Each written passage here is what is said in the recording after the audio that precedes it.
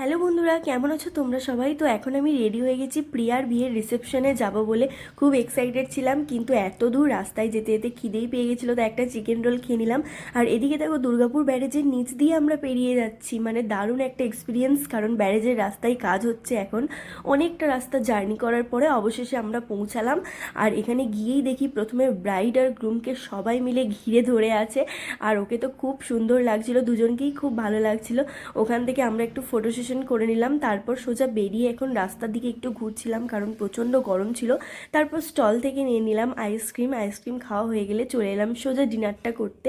আর এখানে যেহেতু bluish light দেওয়া ছিল, সেই কারণে সমস্ত ভিডিওটাই একটু ব্লু ব্লু লাগছে। আর দেখো মেনু কার্ডটা কি সুন্দর করেছিল। প্রথমেই আমাদের চলে এলো ভেটকি ফিশ ফ্রাই, যেটা খেতে তো জাস্ট অসাধারণ ছিল।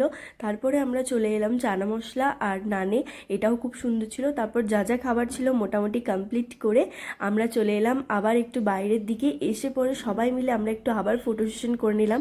দেখতেই পাচ্ছ তোমরা, মা, আমি, আদিত্য, দাদাও ছিল, সবাই ছিল। তো ছোট্ট মিনি ব্লগটা তোমাদের কেমন লাগলো ডেফিনেটলি কমেন্ট করে জানিও।